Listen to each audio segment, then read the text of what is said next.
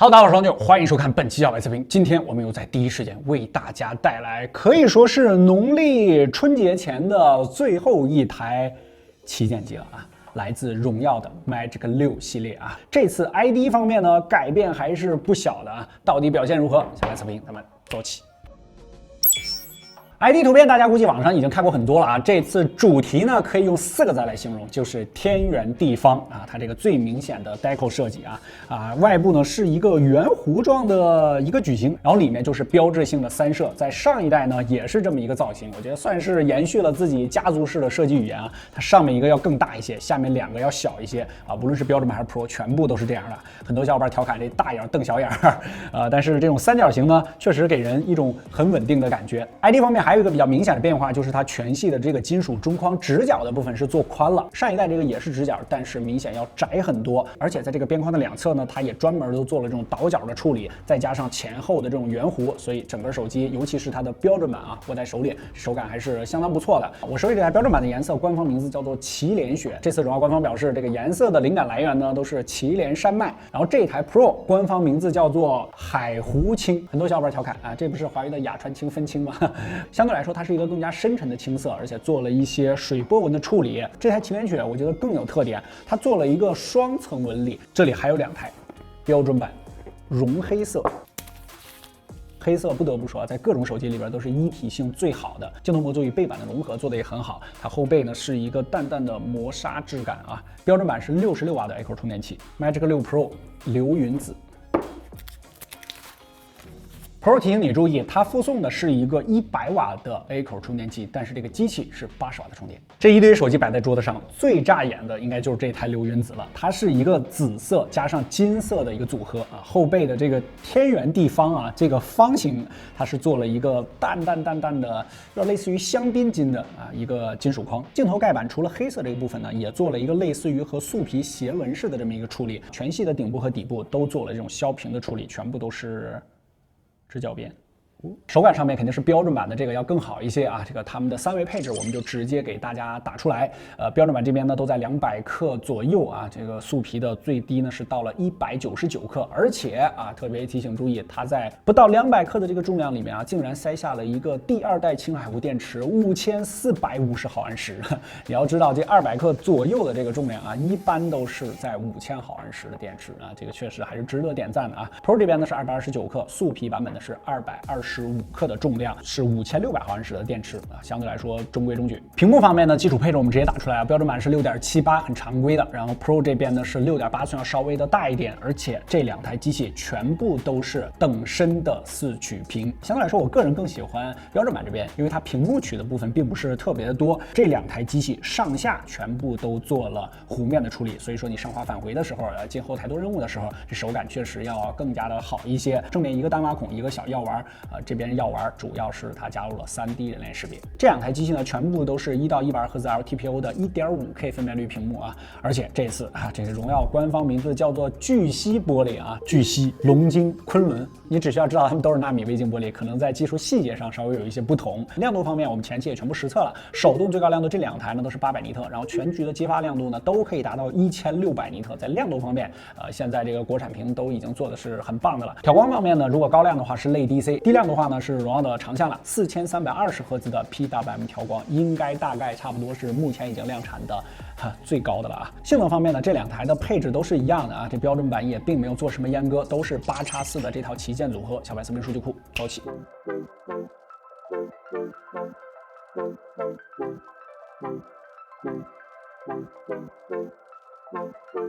因为手机这次收到的比较晚，所以我们只测试了 Pro 版本的数据标准版测完我们会第一时间更新到小白测评数据库小程序，大家可以关注一下。3.5模型落地实测，王者高清120自然是没啥压力重点看功耗。这荣耀 Magic 6 Pro 是3.1瓦，同级别中比友商低了0.2瓦。720p 的原神也没啥压力，平均是59.5帧，接近跑满。机身温度控制的还不错最高是41.82度，并且荣耀这次也没有动态降分辨率的小动作值得点赞。来到极限压力环节的星铁荣耀出现了几次掉帧的情况，最后高压的长亮天场景也是有些波动的啊。不过最终平均帧率呢也达到了58.4帧，功耗是6.1瓦，机身最高温度是47.5摄氏度。不过好在测试过程中并没有出现降亮度啊，或者说降分辨率的情况，坚挺不降亮度表现还是不错的。而且这次还有惊喜啊，荣耀这次也带来了1080P 的原神，你只需要打开游戏侧边栏的画质增强就可以了。我们专门数了一下锯齿啊，1080P 没毛病。实测8小时平均是53.9帧，功耗是6.2瓦，机身最高到了46.5摄氏度。调度方面，在10分钟左右它会有一个帧率缓降的策略，这体验比咔嚓一下直接锁帧要好上不少。可能是因为前面跑满60帧压力确实太大啊，这个后面的亮度是锁到了200尼特。这超分的原神目前还是建议配合散热背夹来玩。除此之外，荣耀这次侧边栏呢还增加了一个触控增强的功能，打开之后触控显像速度会有一个提升啊，推荐你在玩吃鸡这类 FPS 游戏的时候使用一下。小白 CPU 数据库 3.5 续航模型，这次标准版和 Pro 我们都测了一下啊，标准版3小时轻度续航测试胜于66%， Pro 版这边胜于67%， 5小时重度续航测试标准版胜于23%， Pro 这边胜于24%，都相差了1%的电量。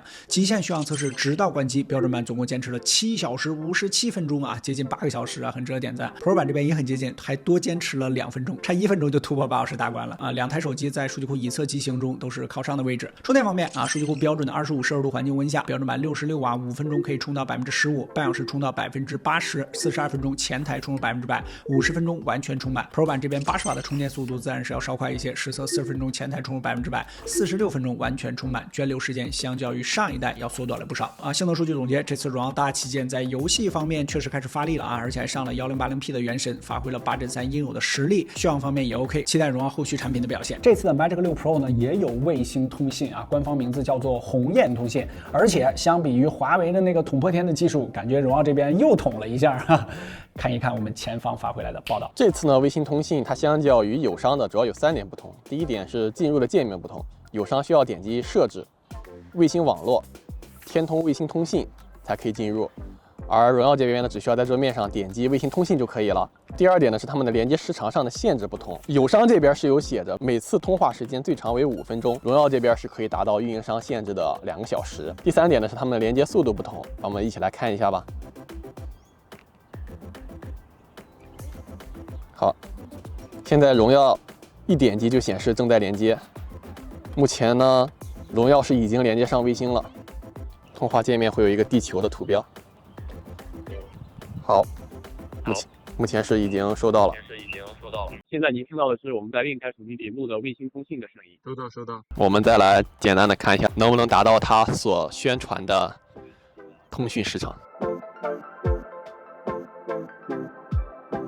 现在我们已经通话了6分钟左右。总的来说，这次荣耀的捅破天技术是进一步的升级了。好，让我们把镜头回到聚龙。影像方面，配置我们先直接打出来啊，这2台的主摄和超广都是一模一样的啊。主摄是来自豪威的 H9000，这个名字稍微有点陌生啊，但是光影猎人900啊，其实都是它啊。这个 OV50H， 它是一个1.3英寸的主摄。长焦方面呢，标准版要照大哥稍微弱一些啊，它是 Gold1。Pro 这边的长焦呢就有点来头了啊，它是2.5倍的光学啊，是 HP3啊，是1.49英寸的一颗镜头，它最高是可以到1.8亿像素的。Pro 镜头上面最大的这个圆里边有一个方啊，就是它的长焦。如果长期关注我们视频的小伙伴应该有点印象啊，它是魅族21上的那个主摄，只不过因为这个体积原因吧啊，这个荣耀的稍微做了一点点限制啊，它本身是可以到2亿的啊。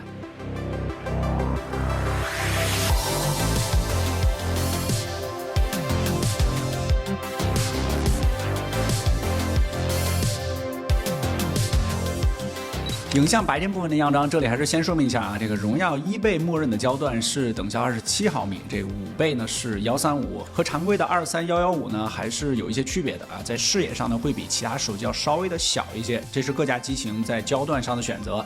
这组样张荣耀2台手机的调色风格还是很接近的啊，这后面的枫叶相较于其他2家曝光要稍高一点。vivo 这边呢可能是因为识别到了天空啊，这个画面的色彩要偏蓝一些，其他 vivo 的手机呢也有这种风格。这组荣耀呢比较真实的还原了当时阴霾天的感觉。蓝场这张呢，稍微有点像套了一个去雾的滤镜在画面上呢确实会更讨喜一些一是真实，二是讨喜，这两种风格你喜欢哪一个？大家可以评论弹幕一波。这组小木屋也是同样的策略啊，荣耀相对来说更加还原 ，vivo 呢会更加吸睛一点。这组室内的罗比熊啊，荣耀这次的风格呢也是没有选择提高饱和度，室内的黄光得以保留，但是第一观感的讨喜度呢有所下降。这两组的屋檐可能是因为焦段的原因啊，这个荣耀在暗部细节的保留上呢要稍差一些，但是相对来说氛围感主观上更强一点。5倍长焦啊，第一观感呢差距不太大，不过在解析力上，荣耀 Magic 6 Pro 要好上不少。10倍长焦下也是差不太多。这组极暗场景下的5倍啊 ，Magic 6 Pro 大底的优势就发挥出来了啊。小米这边噪点有一些炸，蓝场这边表现还是比较清晰的。在曝光时间上 ，vivo 这边也比 Magic 6 Pro 要长了一些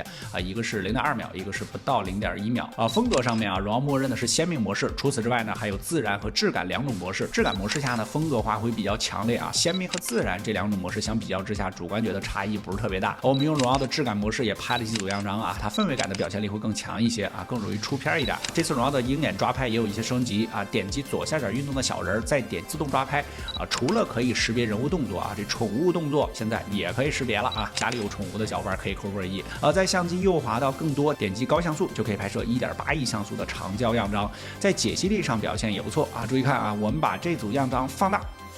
再放大，你就可以看到这篇秦源自序了啊！这个警示牌放大之后，文字也是清晰可辨。不过我们并不推荐你一直使用高像素模式来拍照啊，毕竟这一张照片得50-60兆啊，存储空间可能 hold 不住啊。夜景环节啊，常见的路灯大家都选择了压高光的策略。这组树上的小灯珠 Magic 6 Pro 还原了真实的黄色灯光啊，夜间也没有选择过度提亮暗部，整个画面的氛围感还 OK。这组路灯大家也都有出现眩光鬼影的问题啊，谁也没跑。5倍长焦 Magic 6 Pro 和 vivo 呢比其他两台要好上不少啊，这画面相对来说会更加纯净，10倍长焦也是如此。夜景的质感模式呢，荣耀会刻意的压低暗部一些，让画面的氛围感啊、故事感啊会更强一些。样张部分还是再啰嗦一句啊，根据大家观看视频平台的不同，以及不同的设备啊、不同的屏幕，可能会和初始样张呢存在一些差异。如果你在意的话，线下大家可以多试一下。后置的人像上面啊，荣耀默认的虚化呢是要比其他两家更强一点的。小姐姐的面部呢也有保留我们特意打的这个黄色面光啊，小姐姐自己觉得画面的质感呢还不错。剩下两组啊，留给观众们来选择啊。自拍上主要是25毫米的焦段啊，视角上呢不是很广，画面的人脸呢风格上依旧是偏暖的处理，小姐姐主观更喜欢白一点的啊，不知道你喜欢哪家自拍。除此之外啊，这次 Pro 呢还支持 f1.4 和 f2.0 的两档可变光圈嘛，我们主观观点还是一样啊，可变光圈更利好专业用户，对于普通用户来说，跟华为那期我们说的一样啊，就是可以有啊，但是没什么太大必要啊。默认模式呢我们也拍了不少啊，特别看了一下啊，基本都是 f2.0。我们测试的版本呢，在默认的拍照模式下呢，并没有调节光圈的选项，滑到最左侧的大光圈也不能调节光圈，这个模式的光圈呢是软件算法，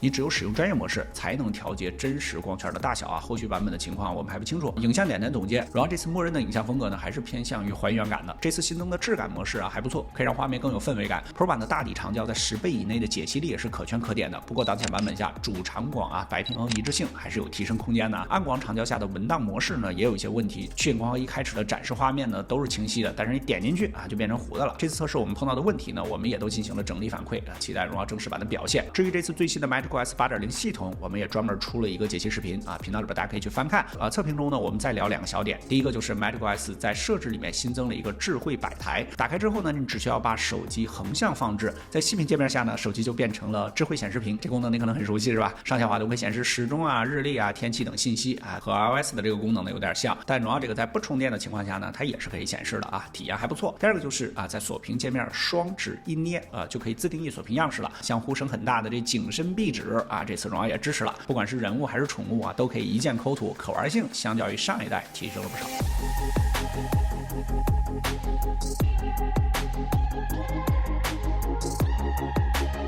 另外2台的区别上呢，也要提醒你注意，它 IP68 是只有 Pro 上面有的啊，不过有一项它们俩是一样的啊，这2台机器全部都是短焦指纹啊，红外啊、NFC 啊、这个无线充啊也都有啊，无线充还有区别啊，标准版这边是50啊 ，Pro 版这边是66的无线充啊，这2台机器都是 XO 震动马达，然后它们也是双扬声器啊，顶部呢也给你专门做了开孔。